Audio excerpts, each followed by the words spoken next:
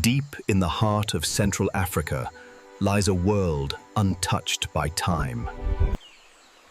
To Congo Rainforest, a living cathedral of green, pulsing with life and mystery.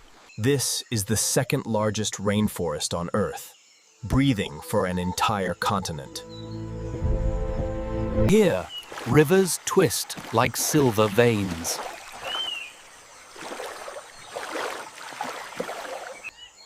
Over 10,000 species thrive here, Campo, from rare gorillas to the elusive forest elephant, all part of nature's hidden symphony.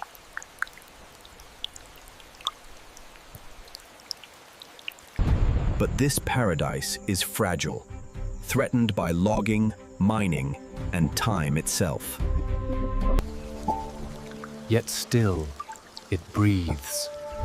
Still, it rains.